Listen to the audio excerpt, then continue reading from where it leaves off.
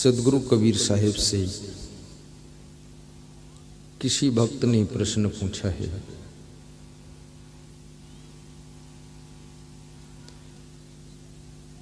कि जीव कितने बंधनों में बंधा हो, और यदि ये बंधन में बंधा है तो इसको किसने बांधा है, और बंधन से कैसे छूटेगा। छूटने का उपाय क्या है। बंधन में तो बंध गया है, लेकिन अब छूटने का फार्मूला कौन सा है। बंधन में बंध जाना आसान है, परंतु बंधन से छूटना कठिन है।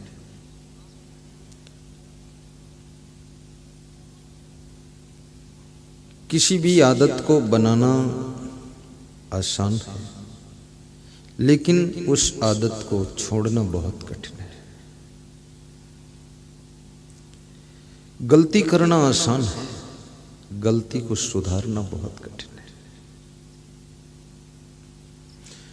और गलतियां मनुष्य को कमजोर करती है।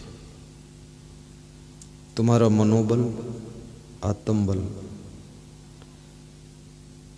तुम्हारी प्रसन्नता, तुम्हारी खुशी को तुम्हारे हाथों से होने वाली गलतियां कमजोर कर देती हैं, कम कर देती है। और गलती एक बार हो तो उसे गलती कहते हैं, दूसरी बार हो तो उसे भूल कहते हैं, और बार बार गलती हो तो फिर उसे गलती नहीं कहते हैं, भूल भी नहीं कहते हैं, उसे फिर अपराध कहते हैं। और जब कोई गलती अपराध बन जाती है तब तुम कौन बन जाते हो, तुम अपराधी बन जाते हो। क्योंकि अपराध करने वाला अपराधी माना जाता है, और जब अपराधी हो जाते हो तो अपराधी को क्या मिलता है, फिर दंड मिलता है। कौन दंड देता है। मनुष्य के अपराध का दंड कभी कभी शासन प्रशासन भी देता है, और शासन प्रशासन दे न दे, तुम्हारे माँ बाप दे न दे, सास ससुर दे न दे, कोई दे न दे, लेकिन तुम्हारे कर्म तुम्हारे अपराध का दंड जरूर देते हैं। उनसे बचना मुश्किल है।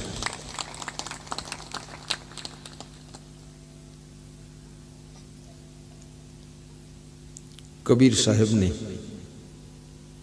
एक बहुत बड़ी बात कही है कि 1000 गायें खड़ी हुई है, और उन गायों के झुंड में किसी एक गाय का बछड़ा जब जाता है, वहां पहुंचता है, तो 1000 गायों के बीच में वो अपनी मां को ढूंढकर उसी के नीचे दूध पीता है। उस बछड़े के पास में अपनी मां का फोटो नहीं है, अपनी मां की पहचान की कोई तस्वीर नहीं है, और उसकी मां ने अपने बच्चे का भी फोटो खींचा नहीं कहीं। लेकिन मां भी पहचान जाती है कि मेरा ही बच्चा मेरे स्तन का पान कर रहा है, और वो बच्चा भी पहचान जाता है ये मेरी मां है, और अपनी मां के नीचे ही दूध पीता है। ऐसे ही कबीर साहब कहते हैं 1000 जन्म बीत जाएं, लेकिन 1000 जन्म के बाद भी ये कर्म रूपी बछड़ा जीव रूपी गाय को ढूंढ लेता है, और उसी को कर्म का फल देता है।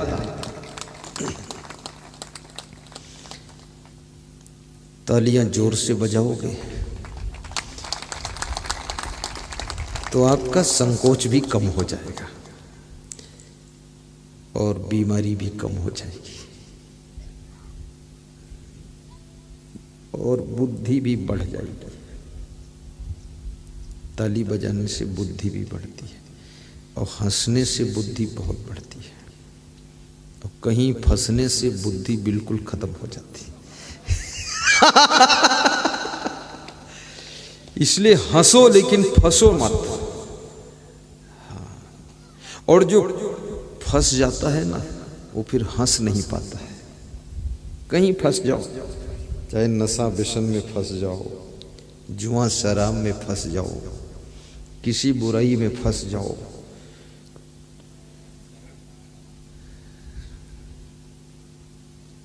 संसार में फंसने के उपाय भी बहुत है। और जब तक आदमी कहीं नहीं फंसा है, बहुत खुश रहता है। और कहीं ना फंसना ये बहुत बड़ी उपलब्धि है। कितने लोग छोटी सी बीड़ी के नशे में फंस जाते हैं, बीड़ी की आदत में फंस जाते हैं, गुड़ाखों में फंस जाते हैं।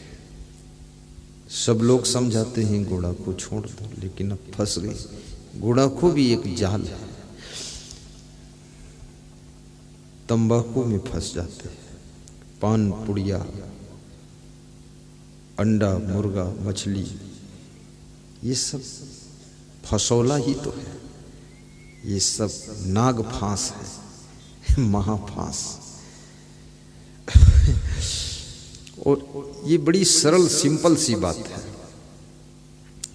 जितना ज्यादा तुम इंद्रिय जन्य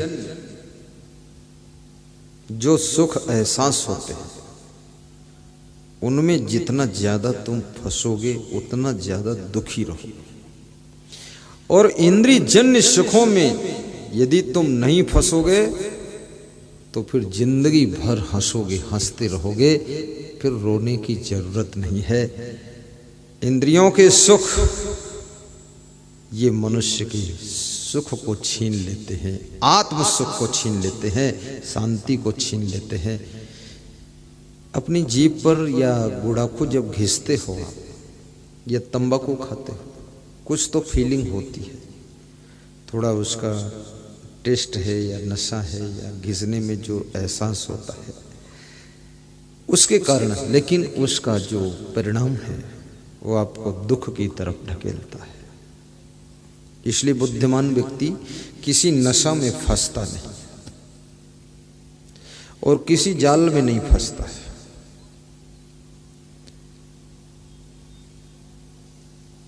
बहुत से बंधन हैं जीव के लिए। तो कबीर साहब से ये प्रश्न पूछा गया कि जीव कितने बंधनों में बंधा हुआ है। तो कबीर साहब बहुत ज्ञानी संत है, साधारण बुद्धि नहीं है। कबीर साहब को क्रांतिकारी संत भी कहा गया है, क्योंकि निर्भय होकर हिंदू, मुस्लिम या मनुष्य जाति में फैले हुए आडंबर, अंधविश्वास, पाखंड को खंड खंड करने वाला यदि कोई संत हिंदुस्तान में जन्म लिया, अवतार लिया, तो उस संत का नाम सदगुरु कबीर साहब है। अंधविश्वास नहीं है। और बहुत लोगों का मन अंधविश्वास से बाहर निकल गया है, फिर भी बहुत से लोग अंधविश्वास में फंसे हुए हैं। अभी भी भूत प्रेत मानते हैं, चुड़ैल मानते हैं कि चुड़ैल होती है, टोना, टुटका, टुनही, टुनहा, ये सब होता है, ऐसा मानते हैं। छत्तीसगढ़ में टोना, टुनही, टुनहा ये ज्यादा मानते हैं। छत्तीसगढ़ प्रदेश में भी भरम बहुत है, भरम कम नहीं। और सभी प्रदेशों का भरम बिलग बिलग तरीके का है। ऐसा नहीं कि गुजरात में भरम नहीं है, वहां भी बहुत भरम है। जहां देखो वहां भरम ही भरम। और कबीर साहब भरम के बारे में कहते हैं कि भरम बढ़ा तिहुलोक में, तीनों लोक में है भरम। तो छत्तीसगढ़ की बात क्यों करते हो? फिर जब तीनों लोक में, तो सभी गांव आ गए, सभी प्रदेश आ गए, देश आ गया।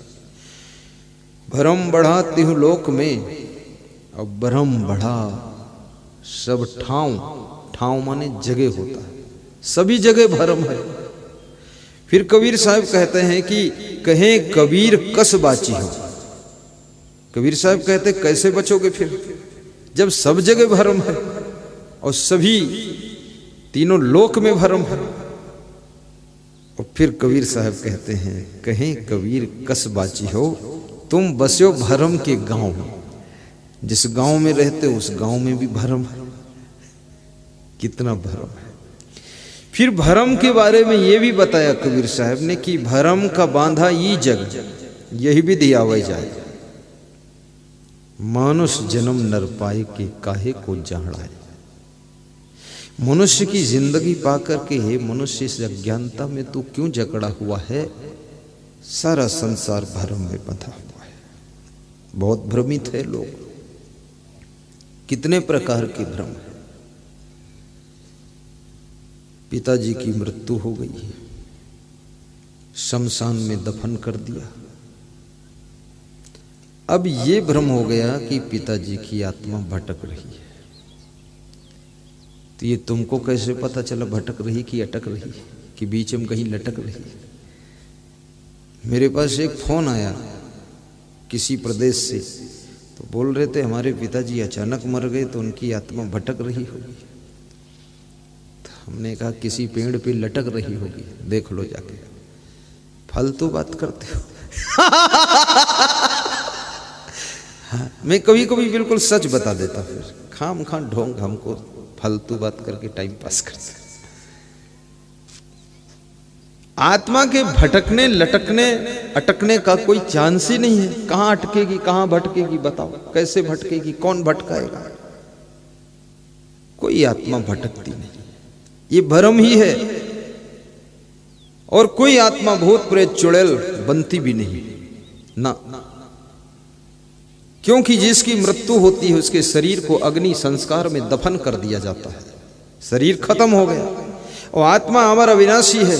आत्मा कर्म संस्कार के अनुसार वहां से यात्रा प्रारंभ करती है और जहां जिसका संस्कार होता वहां जाकर के किसी मां के गर्भ में प्रवेश करके अगले शरीर की तैयारी प्रारंभ कर देती है। इसलिए कहां भटक जाएगी। और अगर ये आत्माएं भूत प्रेत चुड़ैल बनती हैं तो बड़ी खुशी की बात है। जितने बाप मरे हैं सब भूत बनकर आए तो धान रोपा करें यहाँ।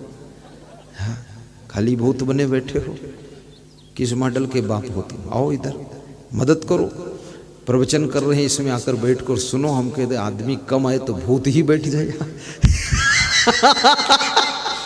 हाँ, दक्षिणा वक्षिणा मत देना, बैठो उधर जाओ। तो लोग कहते हैं सूक्ष्म रूप में बैठे। सूक्ष्म क्यों बैठते हो, प्रकट हो जाओ ना, स्थूल रूप बनाओ। क्या डरे हुए हो तुम, भूत हो, क्यों सूक्ष्म रूप धारण करते। फालतू ढकोसला है।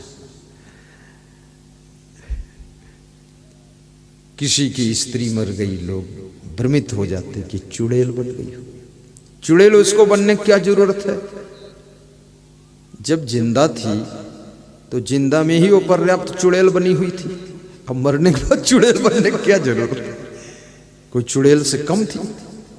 सासू को सताया, पति को सताया, ससुर को पीटा ठोका और सब देवरानी ठीक ठाक करके ठोक ठाक कर मर गई है। फिर चुड़ैल बनी, अभी और ठोकना चाहती किसी। क्यों चुड़ैल बनेगी। इतना कौन पाप किया है उस पत्नी ने जो चुड़ैल बन गई है। चुड़ैल उड़ैल की कोई योनि ही नहीं, भूत प्रेत की कोई योनि ही नहीं है। मुख्य रूप से 4 योनियां होती है, अंडज, पिंडज, उष्मज और मनुष्य। ये 84 लाख योनि की जो संख्या बताई गई, 84। क्या अर्थ होता है इसका प्रीत कुमार। 4 माने दुर्गेश उपाध्याय, 4 माने 4 और राशि माने 4 राशि। कौन, यानी 4 ही खानियां हैं, 84 लाख नहीं है।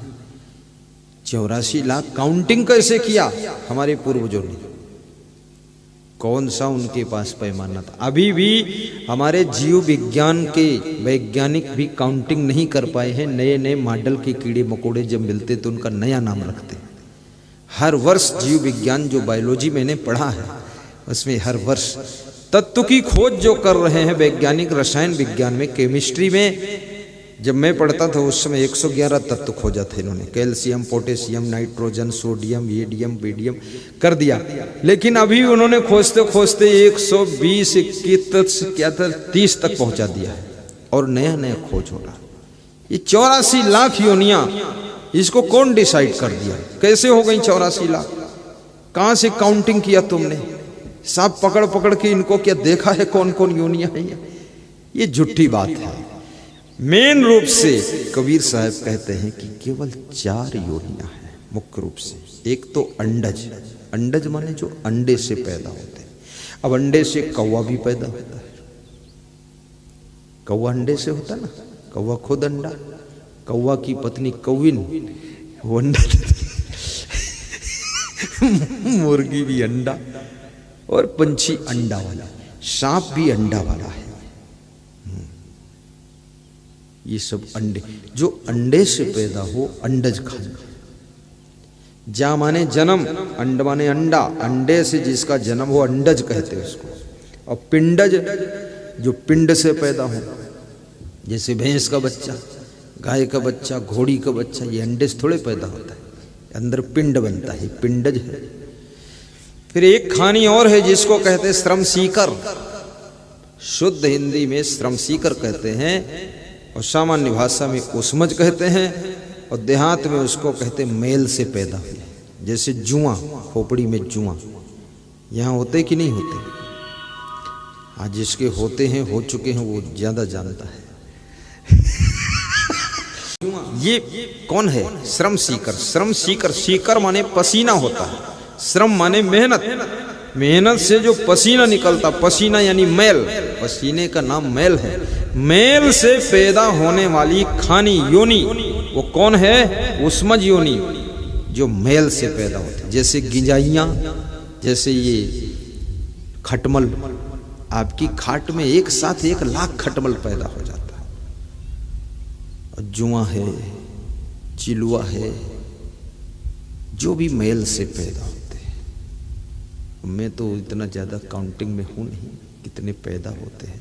ये छोटे छोटे भुनगा, सरसों में जो कीड़े छोटे छोटे, वो सब उसी के मैल से पैदा हो जाते हैं, एक साथ पैदा होते हैं करोड़ों की संख्या में। किसान के खेत में जितने ये कीड़े पैदा होते हैं धान में, मुझे खैर मालूम नहीं कितना रोग लगता कीड़ा, लेकिन इतना मालूम है जितने मेडिकल स्टोर आदमी के लिए हैं उतने बैल भैंस के लिए भी है, और उतना अब खेती बाड़ी के मेडिकल स्टोर बहुत है। उसका नाम ही रखते हैं किसान सेवा केंद्र। इसमें किसान की क्या सेवा है? वो तो कीड़े लगे हैं, फसल खाए जा रहे हैं। अब इतना कीड़ा है, तुम जिस प्रकार के कीड़े वैज्ञानिक रिसर्च करते हैं ये दवा से कीड़े खत्म होंगे, अगले साल अजीब टाइप का कीड़ा आता है, वो उस दवा से भी नहीं मरता, दवा को भी खा लेता है और फिर डबल तंदुरुस्त होकर तुम्हारी फसल खाता है। तो फिर रिसर्च होता है इसके लिए कौन दवा निकालनी पड़ेगी। इतना बीमारी तो फसल में लगी। और जब बीमार है फसल और उस फसल से जो पैदा हुआ अन्न और उसको खाओगे तुम, तो तुम क्या स्वस्थ हो जाओगे? जब फसल ही बीमार है और उसका अन्न खाने वाला, तो वो भी बीमार हो जाएगा। तो कहां से बीमारी मिटाओगे? अब बड़ा मुश्किल विषय पैदा हो गया। और कीड़े ये उसमज है। ये सब आप शाम को देखोगे फसल ठीक ठाक, और दूसरे दिन शाम को देखने जाओगे तो सारा कीड़ा लगा हुआ है। तुम आश्चर्य में डूब जाओगे, ये हुआ क्या मामला। एक ऐसा कीड़ा आता है, इधर आता कि नहीं आता पता नहीं, उसमज खानी है, उसको नाम भूल गया मुझे। वो एक साथ में 10 लाख 50 लाख की संख्या में उड़ता है, टिड्डी टिड्डा कुछ बोलते पता नहीं। वो जिस इलाके में जितने में निकल जाता है, एक दिन में 20 किलोमीटर 50 किलोमीटर की फसल के पत्तों को सब चाट के खा के खत्म कर देता है। तो हमारे यहाँ यूपी में निकलता है वो, तो गन्ने के सारे पत्ते खा जाता, केवल गन्ना खड़ा मिलता है। लोग देखते एक ही दिन में पत्ता कौन चाट लेगा। ये इतना उसका करोड़ों की संख्या है, कितनी है कुछ समझ में नहीं आता। और गन्ने की पत्ती की ही कलर का है, और एकदम मिलिट्री जैसा उसका आक्रमण है। जितना एरिया चुन लेगा 50 किलोमीटर का चौड़ा, वो साफ करता चला जाएगा पूरा। सब फसल सत्यानाश हो गई। उसमें दवा छिड़कने का भी टाइम नहीं, क्यों खाता जाता चलता जाता आगे स्पीड से, और संख्या इतनी ज्यादा है पूरा पत्ती चाट के खत्म कर देता है, खाली डंठल रह जाता है। अब ये बीमारी, इसको कहते उसमज खानी। क्या बोलते हैं? उसमज खानी। अब चौथी खानी आती है मनुष्य खानी, मनुष्य योनि। तो मनुष्य योनि को, ये मनुष्य भी पिंडज है। जैसे भैंस के पेट में बच्चा बनता है ऐसे स्त्री के पेट में बच्चा बनता है, गाय के पेट में ऐसे बनता है। लेकिन मनुष्य की खानी को अलग किया है किसने? आध्यात्मिक ज्ञानियों ने, कि मनुष्य पशुओं की खानी में नहीं रह सकता है। क्यों? क्योंकि ये बुद्धिमान है, गुणवान है, ये बहुत चतुर है और ये मोक्ष की योनि है। इसलिए मनुष्य योनि को अलग सेटिंग कर दी गई कि ये मोक्ष की योनि है। तो हम आप किस योनि में हैं? हम आप मनुष्य योनि में हैं। और मनुष्य योनि क्या है? ये मोक्ष का द्वार है। तो क्यों मोक्ष की जरूरत है? क्यों मोक्ष का द्वार है? क्योंकि हम बंधन में हैं। तो कौन कौन बंधन है? किसने बांध दिया है? क्यों बांध दिया है? जरूरत क्या बंधने की? ये प्रश्न कबीर साहब से पूछा गया है। आइए इस पर समाधान करते हैं। तो कबीर साहब कहते हैं, बहुबंधन से बांधिया। बहुबंधन बताया कबीर साहब। अब ये और समस्या खड़ी होगी। एक बंधन हो, दो बंधन हो, 10 बंधन हो, 100 हो, 1000 हो, 10,000 हो, 1,00,000 हो, कुछ संख्या सीमित हो या कुछ निश्चित हो, डेफिनिट हो, डिसाइड हो कि इतने बंधन हैं, तो उसका इंतजाम किया जाए तोड़ने का। लेकिन बहुबंधन, उसकी कोई सीमा ही नहीं है, असीमित संख्या है, उसका कोई पता ही नहीं कितने बंधन। कबीर साहब कहते बहुबंधन। बहुबंधन का मतलब है इतने बंधन जितने बंधन तुम जानते भी नहीं हो, उतने बंधन है। कहाँ कहाँ बंधे हो, क्या कौन बांध दिया है। तो कबीर साहब देखिए बड़ी मार्मिक बात कहते हैं कि बहुबंधन से बांधिया। कौन कौन बंधा है? अब यहां पर मनुष्य का नाम नहीं लिया कबीर साहब ने, न पशु का नाम लिया, न पंछी का, न उसमज का। यहां कहते हैं एक बेचारा जीव। एक बेचारा जीव जो है, अब जीव के लिए बेचारा शब्द प्रयोग किया है। क्या जीव बेचारा हो सकता है? जीव तो सर्वोपरि है, जीव सर्वशक्तिमान है। जीव शरीर में ना हो तो शरीर मर जाता है। जो शरीर को जीवित करने वाला है उसी का नाम जीव है। तो जो शरीर को जिंदा रखता है वो बेचारा कैसे हो सकता है? और बेचारा हो नहीं सकता है तो कबीर साहब कैसे कह सकते हैं कि ये बेचारा जीव है, बेचारा है। आप कभी कभी कहते ना कि ये बहुत लाचार आदमी है। ये लाचार कैसे हो गया? कैसे लाचार हुआ? कभी कभी कहते ये बहुत असमर्थ है। इतना समर्थ शक्तिशाली आत्मा और उस आदमी को तुम असमर्थ कहते हो। किसी किसी को तुम कहते हो कि तुम अशक्त हो गए। अशक्त, अशक्त माने कमजोर होना। क्यों कहते हो? ये जीव कहीं कमजोर होता है? ये जीव कहीं बेचारा हो सकता है? लेकिन हो सकता है। कैसे हो सकता है? क्योंकि कबीर साहब कहते हैं तो हो सकता है। और हो सकता है तो मैं बताऊंगा फिर कैसे हो सकता है। जैसे शेर है, शेर बेचारा नहीं है, क्योंकि हम आप इतने लोग हैं, अगर शेर आ जाए तो हम आप बेचारे हो जाएंगे, लेकिन शेर बेचारा नहीं। लेकिन शेर इतना बड़ा शेर जिसकी गर्जना से लोगों की होश उड़ जाते हैं, शेर की दहाड़ से लोग जिंदगी और मौत का दर्शन करने लग जाते हैं। वो शेर भी एक ऐसा समय आता कि बेचारा हो जाता। कब? जब शेर लोहे के कटघरे में बंद कर दिया जाता है, तब वो शेर कितना ही शक्तिशाली हो, लेकिन उसकी कोई शक्ति, कोई गर्जना, कुछ भी किसी के लिए खतरा नहीं कर सकती है। फिर वो खुद ही खतरे में है, क्योंकि कटघरे में है, क्योंकि पिंजड़े में है, इसलिए वो शेर बेचारा हो गया। तो यहां कबीर साहब कहते हैं शेर तो एक कटघरे में फंस जाता है तब बेचारा हो जाता है, जाल में फंस जाता। लेकिन तुम तो बहुत जाल में फंसे हुए हो, इसलिए तुम तो बहुत बेचारे हो गए हो। ये जीव बेचारा है क्योंकि जाल में फंसा हुआ है, बहुत से बंधनों में फंसा हुआ है। ये साखी पर पहली बार मैं प्रवचन कर रहा हूं। कल मैं गया था पधरौनी नवापारा में, तो वहां प्रवचन किया था इस पर 5 मिनट। तो मेरे दिमाग में आ गया कि ये तो दमदार साखी, इसको लेना चाहिए। बहुबंधन से बांधिया। अब सवाल ये खड़ा हो जाता है कि बहुत से बंधनों से जीव को बांधा किसने? बांधने वाला कौन है?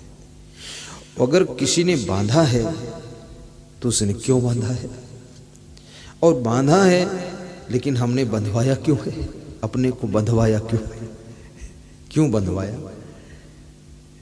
इस बंधन में बंधवाया क्यों? बंधने के लिए हम राजी क्यों हुए? हमें बंधना नहीं चाहिए। कोई बांधने आ रहा तो भाग जाना चाहिए, लेकिन क्यों बंधे? इसलिए बंध गए क्योंकि बंधने में भी लगता है कुछ सुख मिल सकता है। जहां जहां तुम सुख मान लेते हो, वहां वहां तुम हंसते हंसते बंधने के लिए तैयार हो जाते हो। तुमको लोग मना करेंगे, इसमें मत फंसना, मत बंधना, ये जाल है, ये है, वो है। तुम कहोगे हमको बेवकूफ मत बनाओ, हमको तो इसमें फंसने दो, इसमें सुख मिलेगा, बंधने दो। कितने लोग मना करते दारू मत पियो, गलत है। लेकिन जो पीने वाला बंदा है वो कहता है वाह, इससे बड़ा सुख कहाँ है।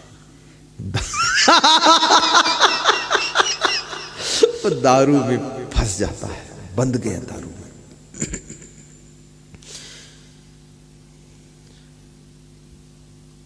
कितने लोगों को मैंने कहते सुना है कि दारू नहीं छोड़ पाऊंगा, भले ही पत्नी को छोड़ दूं, बच्चों को छोड़ दूं। अब इसका मतलब क्या हुआ? ऐसे तो पत्नी में भी बंधे हैं, पत्नी पति में बंधी है, लेकिन पति पत्नी का बंधन यहाँ पर कमजोर हो गया है, सेकंड नंबर पर है। ये दारू का बंधन उनसे ज्यादा मजबूत हो गया है। अब दारू में इतना बंध गए हैं कि पत्नी के बंधन को भी छोड़ने को तैयार हो गए हैं। पत्नी भी सोच रही है कि मेरा पति किस मॉडल का है, विवाह मेरे साथ किया, 7 फेरे मेरे साथ घूमा, अब ये दारू के चक्कर में पड़ करके मुझको छोड़ देगा और दारू नहीं छोड़ पाएगा। दारू के साथ कब विवाह तेरा हुआ है? कौन पंडित मंत्र पढ़ा है? लेकिन दारू। अभी मैं निकला था कहीं मध्य प्रदेश में, रात में गया था पधरौनी करने। तो जो मंदिर सामने आते थे तो उसमें हमें सन्नाटा दिख रहा था, सूनापना। लेकिन शराब की दुकान पर बड़ा भीड़ भाड़ रस। तो हमने सोचा ये तो घोर कलयुग आ गया। जहां से आदमी बर्बाद होता है वहां आंख मूंद कर घुसता हुआ चला जा रहा है, और जिस मंदिर से उसको संस्कार मिलते हैं और जिंदगी धन्य होती है, वहां पर सन्नाटा बीच रहा है। पुजारी भी नहीं दिख रहा है, वो भी कोई साइड में ओढ़ ओढ़ के सोया होगा कहीं, वो भी नहीं है। 8 बजे ही सो गया। और कितने तो पुजारी भी पी लेते हैं, वो भी दारू पीते हैं चुपके चुपके। बड़े चुट्टा लोग हैं, बर्बाद कर दिया सब देवी देवता को भी।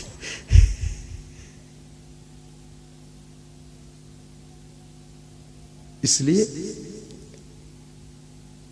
सीता जी ने भगवान राम से पूछा था कि राम, कलयुग में धर्म कर्म होगा कि नहीं होगा? संदेह था सीता जी को कि कलयुग में धर्म कर्म सब नष्ट हो जाएगा, क्योंकि संभावनाएं अभी, जैसे आप मोबाइल जब से आया है तब से बहुत खतरा हो गया है। क्योंकि छोटे से मोबाइल में इतना कुसंग भी है, सत्संग भी है, तो सत्संग भी, लेकिन ये नीच मन नीच दृश्यों को देखने में ज्यादा रुचि लेता है। और ये सत्संग में तो कोई बहुत समझदार आत्मा ही उधर मुड़ती है, जुड़ती है।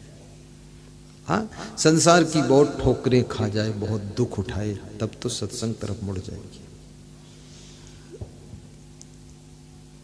तो इस मोबाइल के कुसंग को देखते हुए पूरे विश्व के भविष्य का अंदाज लगाया जा रहा है कि मानवता खतरे में है, मर्यादाएं खतरे में है, नियम संयम खतरे में है, सभ्यता शालीनता ये सब खतरे में है, मधुर मधुर रिश्ते भी खतरे में हैं, और रिश्तों के प्रति जो हमारा समर्पण है वो भी खतरे में चल रहा है। लेकिन इस खतरे को कैसे टाला जाए? एक ही उपाय है। देश की गद्दी पर बैठा हुआ प्रधानमंत्री और मुख्यमंत्री इस खतरे को टाल सकता है। कैसे टाल सकता है? कि मोबाइल में जो गलत दृश्य आ रहे हैं उन पर बैन लगा सकता है। और जब गलत दृश्य आएंगे नहीं, जैसे कहीं आपको गंदगी मिले ही ना तो पांव लथारोगे कहां गंदगी में? और जब जगह जगह गंदगी सहज भाव से उपलब्ध है, पांव तो पांव है, पीठ लथार लोगे गंदगी में। इस मानसिक को गंदा करने के लिए दृश्य आ रहे। बहुबंधन से बांधिया एक बिचारा जीव, की बल छूटे आपने कीर छुड़ावे पीर। साहब ने दो बात बता दी, या तो अपने बल से छूट सकते हो और या तो कोई पीयू मिल जाएगा। पीयू, पीयू कौन होता है? पीयू माने पिया, पिया माने कौन होता है? पिया माने स्वामी। जैसे स्त्रियां अपने पति को कहती है मेरे पिया है, पिया माने स्वामी होता, पिया माने पति होता, पति माने मालिक होता है। तो यहां पीयू कौन है?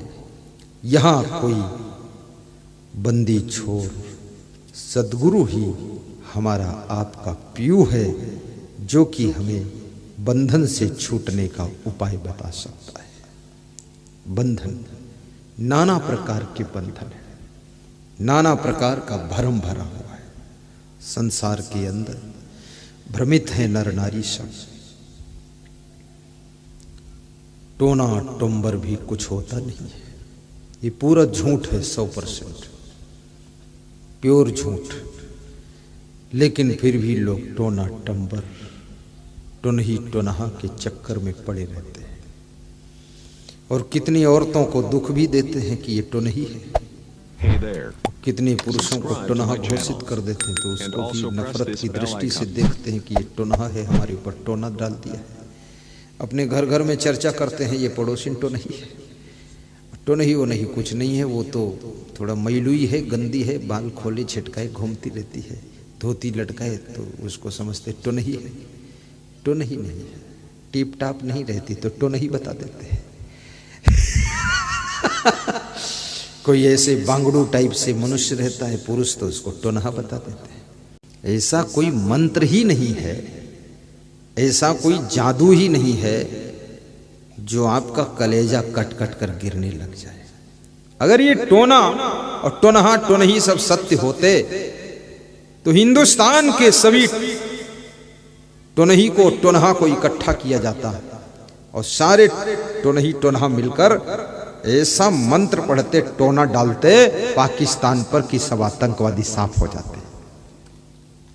कुछ नहीं है टोनहा पोनहा, ये फालतू भ्रम में मत फंसिए। 7.5 शनि का भ्रम चल रहा है कि 7.5 शनि लग गया आपके ऊपर। क्यों लग जाएगा? शनि तो देवता है, वो किसी को क्यों सताएगा? उसका क्या तुमने बिगाड़ा है जो तुम पे लग जाएगा और हम पे नहीं लगेगा? देवता किसी को सताता नहीं है, देवता सबको सुख देता है, वही देवता होता है। अब 7.5 आधा टुकड़ा लगाया है, 7 नहीं 7.5, क्या क्या भ्रम फैलाया है। 7.5 शनि लोग कहते हैं साढ़े साती शनि है, 7 दिन बाद तुम मर जाओगे।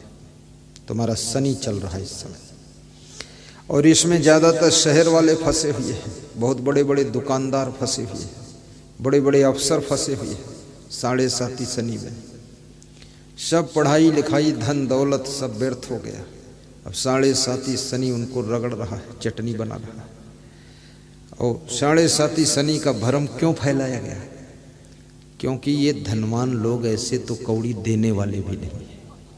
हाँ, ये बहुत बेईमान लोग हैं, लोभी है। तो ऐसा कुछ लोगों ने मीटिंग करके जुगाड़ बनाया, यार क्या दांव खेला जाए, इन गधों का पैसा कैसे निकाला जाए। तो साढ़े साती शनि का जाल छोड़ दिया। अब उसमें बड़ा से बड़े अफसर भी कांप रहा है, मंत्र जंतर चल रहा है कि भाई साढ़े साती शनि का प्रभाव खत्म करना है। ओम हीम होम ही हा हू, ये सब मंत्र बनाया है। मैंने ऐसे ऐसे मंत्र पढ़ा, उसमें लिखा ओम ही होम हो हे। तो हमने ये तो बच्चे लोग इस तरह से बोलते हो, ये क्या मंत्र है? उसका अर्थ भी तो लिखो। कुछ अर्थ नहीं है, फालतू। उसका उच्चारण करना भी कठिन है। हाँ, वो गोल घेरा बना देते, उसमें लिख के कुछ नहीं। लेकिन अब इन लोगों को से कैसे दान कराया जाए, कैसे पैसा लिया जाए? तो कुछ जैसे हम लोग हैं तो तुम समझदारी से दान कर देते हो, हमारे पास थोड़ा थोड़ा। लेकिन जिस साधु के पास समझदारी से लोग दान नहीं करते तो फिर वो मंत्र पढ़ने लगता है, ऐसे हवा फूंकता, मुंह से फूंक कुछ करता है। तुम्हारा लड़का रोने लगा, तुमने कहा कोई हवा बला, बाहर की हवा लग गई, तो ये ले जाओ साधु के पास। साधु बैठ गया, आंखें मूंदता है, बुदुर बुदुर, मंत्र बंद तो कुछ है नहीं, तो बुदुर बुदुर करता, ओंठे चलाता, खोलता बाहर बार। तुम सोचते हो बहुत बड़ा मंत्र पढ़ दिया, फिर 2-4 बाद अपने मुंह में हवा भर के फूंक देता। अरे ये कोई दीपक बुझाना है, फू फू करता है। अब वो औरत समझी हाँ हो गया। अब लड़का भी सोचा कोई फू फू कर रहा, भैया चुप हो जाओ, उन्हें उड़ा देगा हमको। वो भी चुप हो गया, बोले फायदा किया, बाबा ने कुछ मंत्र फूंक दिया है। इस कबीर पंथ में भी मंत्र फुकवा लोग है। ये पूरा कबीर पंथ ढोंग ढकोसला आडंबर अंधविश्वास से मुक्त नहीं है। इसमें पारक सिद्धांत ही केवल मुक्त है, बाकी इसमें बहुत आडंबर भरा हुआ है, चल रहा आडंबर। लेकिन उस आडंबर का कौन विरोध करे? क्यों विरोध करे? क्या फायदा? कौन लफड़े में फंसे? तो प्रवचन में तो थोड़ा बोल देता हूँ, मैं भी चुप रहता हूँ कि ज़्यादा झंझट पड़ोगे तो वो लोग मेरा विरोध फिर करेंगे। हाँ, कुछ न कुछ बवाल बनाएंगे कि पंडाल क्यों लगाते हैं, गुब्बारा क्यों लगाते हैं। कुछ नहीं मिलेगा तो गुब्बारे ही फोड़ देंगे आकर। कुछ निंदा बुराई करना शुरू कर देंगे। इसलिए किसी को अगर आप कहोगे ना कि तुम्हारे में ये कमी है, वो तुरंत तुम्हारी 4 कमी नहीं होंगी वो भी बता देगा, निंदा करना शुरू कर देगा। लेकिन कबीर साहब कहते जैसा को तैसा कहे सो तो निंदा ना ही। यथार्थ बात कह देना चाहिए। लेकिन कहने से भी फायदा क्या है? जिनके लिए कह रहे हो तो बैठे भी नहीं, सुनते भी नहीं, आते भी नहीं, तो फालतू चिल्ला रहे। धान के खेत आसपास लगे, इसमें वो बात करने से भी कोई फायदा नहीं। परंतु तुमको इसलिए बता रहा हूं कि तुम भी भ्रम में न फंस जाना, क्योंकि भ्रम सबको घेरता है। कितने घरों में सभी लोग बीमार रहते हैं तो भ्रम हो जाता है कि हमारे घर में कुछ अला बला है। अला बला कुछ नहीं है, गंदगी में रहते हो, मैलुआ हो, घर भर सफाई नहीं करते हो, काम नहीं करते, मेहनत नहीं करते, समय पर सोकर नहीं उठते, पानी पर्याप्त नहीं पीते, भोजन दमादम मस्त कलंदर खूब खाते हो चकाचक, तो हजम कहाँ से होगा? बीमार नहीं होगे और क्या कहीं तुम अच्छे हो जाओगे? बीमारी से मुक्त होना चाहते हो, अत्यंत घर की सफाई कीजिए, कपड़ों की सफाई कीजिए, बिस्तर की सफाई रखिए, सामान की सफाई रखिए, दरवाजे खिड़की साफ रखिए, आसपास की सफाई रखिए, गंदगी बिल्कुल मत रखिए, शौचालय का दरवाजा बंद रखिए, उसमें पानी डालकर सफाई कीजिए, और उसमें जो दवाई वो पड़ती है नीले रंग की, मेरे को नाम नहीं मालूम, जो भी हो अब हार्पिक्स बोलते हो, हार्पिट, तो पता नहीं वो कंपनी का नाम है कि दवाई का नाम है। वो तो हो सकता है उसका जो कंपनी उसका लेकिन जो भी हो उसको डालो और बंद रखो। किचन में सफाई रखो, जूठे बर्तन मत छोड़ो, दांत साफ रखो, मुंह साफ रखो, आंख साफ रखो और साथ साथ में बच्चों को साफ रखो। नाक की रेमट उनकी साफ करो। सब लपसी लगाकर रजाई में बैठे हो, फिर कहते हो बीमार नहीं होगे, और क्या अच्छे हो जाओगे आप। गंदगी से बहुत कीटाणु पैदा होता, बैक्टीरिया पैदा होता है, जिससे वायरल पैदा होता है, उससे बहुत बीमारियां पैदा होती हैं। और अधिक खाने से बहुत बीमारी आती है। ज्यादा खाना भी नहीं चाहिए, थोड़ा थोड़ा सब खा लीजिए। भूख ना हो कम कम खा लीजिए, बिल्कुल भूख ना हो तो मत खाइए। फिर और भूख अगर नहीं लगती है तो ये बीमारी का संकेत है कि तुम बहुत ज्यादा बीमार होने वाले हो आगे भविष्य में। भूख क्यों नहीं है तुमको? भैंस को भूख लगती, पड़वा को भूख लगती, तुमको भूख नहीं लगती, आखिर क्यों नहीं लगती?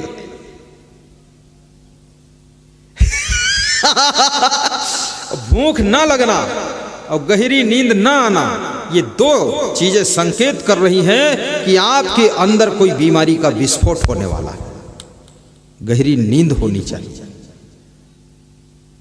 अब सवाल ये खड़ा हो गया, भूख कैसे लगेगी? जिसको नहीं लग रही वो इसका उत्तर ढूंढे। आपको तो बहुत लग रही है।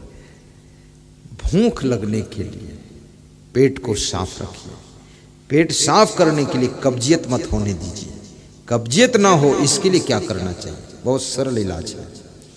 पपीता खा लीजिए सुबह सुबह, शाम को मत खाना, नहीं उल्टा काम करेगा। और पपीता खाकर दूध चाय मत पीना, नहीं और उल्टा काम होगा।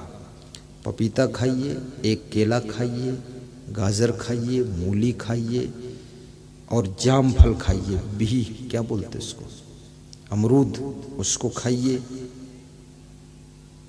बस इतना काफी, और कुछ मत खाइए।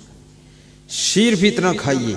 उसके 1 घंटे तक पानी मत पीजिए खाने के बाद, न दूध पीजिए। 1 घंटे बाद जो आपकी श्रद्धा है वो खाइए, दाल चावल सब्जी रोटी।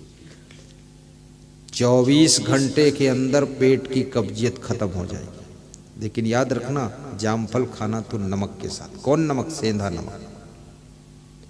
ऐसे मत खा लेना, नहीं पेट में चुभेगा भी, दर्द करेगा। गाजर मूली ये थोड़ा नमक के साथ खा लीजिए। गाजर का हलवा नहीं, कच्ची गाजर। और पपीता थोड़ा सा हल्का सा नमक, सेंधा नमक, हल्का, ज्यादा नहीं, छिड़क के खा लीजिए। अभी मैं वही तो खा कर आया हूँ, पपीता थोड़ा सा, 1 चम्मच अनारदाना और पता नहीं क्या खाया, गाजर खाया। हाँ थोड़ा सा। अब ये नहीं है कोई 4 गाजर रख दिया तो चारों खा लिया, थोड़ा खा लो। हमारे संत बुद्धिमान हैं, रखते तो पर्याप्त है। वे जानते थोड़ा गुरुजी खाएंगे, थोड़ा चेला लोग भी खाएंगे। खाना भी चाहिए चेलों को, प्रसाद, महाप्रसाद। आखिर दिन रात गुरुजी के साथ सब त्याग कर रहते हैं, तो महाप्रसाद खाने का इनका तो सबसे पहले हक है। इनको खाना चाहिए। इनको मिलता है कभी कभी महाप्रसाद, कभी कभी भक्तों को भी मिल जाता। मैं बोल देता हूं अंदर से जो भक्त बैठे उनको बांट देना जाकर के सब। तो ये खा लीजिए। और शाम को थोड़ा चना चबा लीजिए, भुना हुआ चना, भोंगड़ा, और ऊपर से आधा गिलास दूध पी लो। बस शाम को भोजन मत लो। कब्जियत यदि है, केवल चना और दूध। फिर देखो सुबह पेट की सफाई, केवल पेट बचेगा और कुछ बचेगा ही नहीं। हाँ। अब आधी रात भोजन खाओगे तब तो बहुत मुश्किल मामला है। ये बिना पैसे का इलाज बताया। केला में बहुत फाइबर होता है, कॉन्स्टिपेशन को खत्म करता है। और पपीता को तो यहां तक सारंगधर संहिता आयुर्वेद में कहा गया है, यस्य पिता नास्ति तस्य पिता पपीता। जिसका पिता नहीं है उसका पिता पपीता है। इतना ऊंचा स्थान पपीता को मिला है, क्योंकि पिता भी तुम्हारे पेट का इंतजाम करता है और पपीता भी तुम्हारे पेट को कंप्लीट करता है। पपीता बहुत अच्छी चीज है, लेकिन शाम को कोई फल नहीं खाना चाहिए, याद रखना। और फल खाने के बाद दूध नहीं पीना चाहिए, याद रखना। सवेरे थोड़ा पका हुआ टमाटर भी कच्चा खा सकते हो। ये छत्तीसगढ़ में जो टमाटर तुम खाते हो ना, टमाटर की चटनी, टमाटर ये स्वास्थ्य के लिए टॉनिक है, किसी को पता ही नहीं है। ये टमाटर तुम्हारे कलर को भी साफ करता है, टमाटर पेट की कब्जियत को भी खत्म करता है, टमाटर अंदर के कीड़े भी मारता है जाकर के। लेकिन इसका अर्थ ये नहीं कि 2-2 किलो टमाटर घोंट के पियो, तो गड़बड़ भी करेगा, थोड़ा ही खाना चाहिए। और हंसने से बहुत सी बीमारियां खत्म होती हैं। थोड़ा हंसा भी करो, जोर से हंसा करो, केवल बंदर जैसी खीसे निकाल के, बस उससे कुछ होने वाला नहीं। थोड़ा ठहाका आवाज लगनी चाहिए। और जरूरी नहीं कि यही हंसो, अपने घर में हंसो, धान के खेत में हंसो, गाड़ी में बैठो तब हंसो। हंसना बहुत कठिन है, हंसना इतना कठिन है, इतनी टेंशन है, इतनी चिंता है, इतना तनाव है, इतने काम बिगड़ गए हैं, इतना लफड़ा फंसा हुआ है, हंसोगे कैसे? लेकिन हंसने का भी एक फार्मूला है। अगर हंस करके जीना चाहते हो तो ये समझ लो कि मैं तो एक निमित्त मात्र हूं, बाकी ये संसार, ये परिवार की व्यवस्था, ये सब बहुत लोगों के सहयोग से चल रही है। पति को कभी ये नहीं सोचना चाहिए कि परिवार की जिम्मेदारी का पहाड़ केवल मैं ही संभाल रहा हूं। उसे ये सोचना चाहिए कि मेरी पत्नी ज्यादा इसमें संभाल रही है, हल्के हो जाओगे तुम। ये सोचना चाहिए मेरे बेटे ज्यादा संभाल रहे हैं, हल्के हो जाओगे। और बेटों को सोचना चाहिए मेरा बाप पूरा संभाल रहा है, वो भी हल्के हो जाएंगे। और पत्नी को सोचना चाहिए कि मेरा पति तो बहुत खिलाड़ी है, पूरा संभाल रहा है, वो भी हल्की हो जाएगी। सब हल्के फुल्के हो जाओ और जितना काम करते हो उतना करते रहो। खाम खा आफा लाफा जाफा में क्यों फंसे? कल बहुत मजा आया, सुबह सुबह में राउंड कर रहा था परिक्रमा, तो हमारे साथ एक संत थे, चीफ प्रोग्राम डायरेक्टर थे। तो उनसे मैंने पूछा अपने साथ में प्रचार वाहन कितने हैं? तो बोला कुछ याद नहीं है। तो मैंने कहा मुझे भी याद नहीं है। तो मैंने कहा 3 थे? बोले हाँ 3 थे। लेकिन कंफ्यूजन देखो, अपनी गाड़ी संख्या नहीं याद, गाड़ी के नंबर तो अलग है। इतना मैं फ्री माइंड में रहता हूँ इसलिए उदाहरण दे रहा हूँ। तो हमने कहा उसको फोन लगाओ जो गाड़ियों का संचालन करता है, उसको फोन लगाया। फिर हमने कहा नवीन जी अपने पास कितने प्रचार वाहन हैं? बोले गुरुदेव 5 हैं। तो हमने कहा 2 कोई चोरी ले जाए तो वो पता ही न चली। जब संख्या ही नहीं मालूम आपके पास गाड़ी कितनी है। तब हम दोनों हंस रहे थे कि गजब हो गया। और वास्तव में हम गाड़ी की काउंटिंग करें कि घोड़क काउंटिंग करें कि हम प्रवचन करें, हम सब लफड़म फंसते ही नहीं।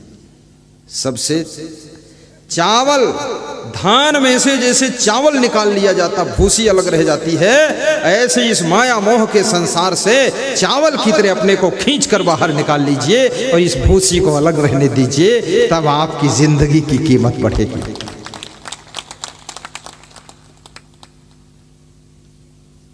साहिब बंदगी बोलो। सत्संग स्थल बहुत अच्छा है, बाईपास रोड का प्लेटफार्म इतना सुंदर, और मैं इतना व्यासगादी बैठा हूं, सब धान के खेत दिख रहे हैं, पूरा गांव भी दिख रहे हैं, बहुत ऊंचाई पर हूं मैं। और आप लोग भी, इतनी सुंदर ऑक्सीजन मिल रही है। गांव में तो गंदी ऑक्सीजन रहती है, शहर में बहुत गंदी, इतनी स्वस्थ ऑक्सीजन है, बड़ा सुखद है। और मौसम भी इतना अच्छा है, न गर्मी है न सर्दी है न बरसात है, तो है क्या, खुशी की बात है। बहुत अच्छा मौसम है। ये कमल साहू बहुत बुद्धिमान है, दीपमाला। ये खपरी के आयोजक गौरी शंकर भैया, कैलाश, कमाल है। गुरुचरण बुद्धिमान लोग हैं, ऐसा टाइम लिया है कि जिसमें सब मौसम अपने को सपोर्ट कर रहा है। बरसात होती तो भी गड़बड़ होता, ज़्यादा ठंडी होती तो गड़बड़ होता, ज़्यादा गर्मी होती तो तुम अचकचाते रहते। कुछ नहीं है तो है क्या? एयर कंडीशन है, सब एयर कंडीशन मौसम। कोई ज़रूरत नहीं पंखा चलाने की। ऐसे मौसम में सत्संग का टाइम मिल जाए तो श्रोताओं के लिए बहुत सुखदायी होता है, वक्ता के लिए भी सुखदायी होता है। धन्य है छत्तीसगढ़ प्रदेश, यहाँ का आनंद भी निराला है।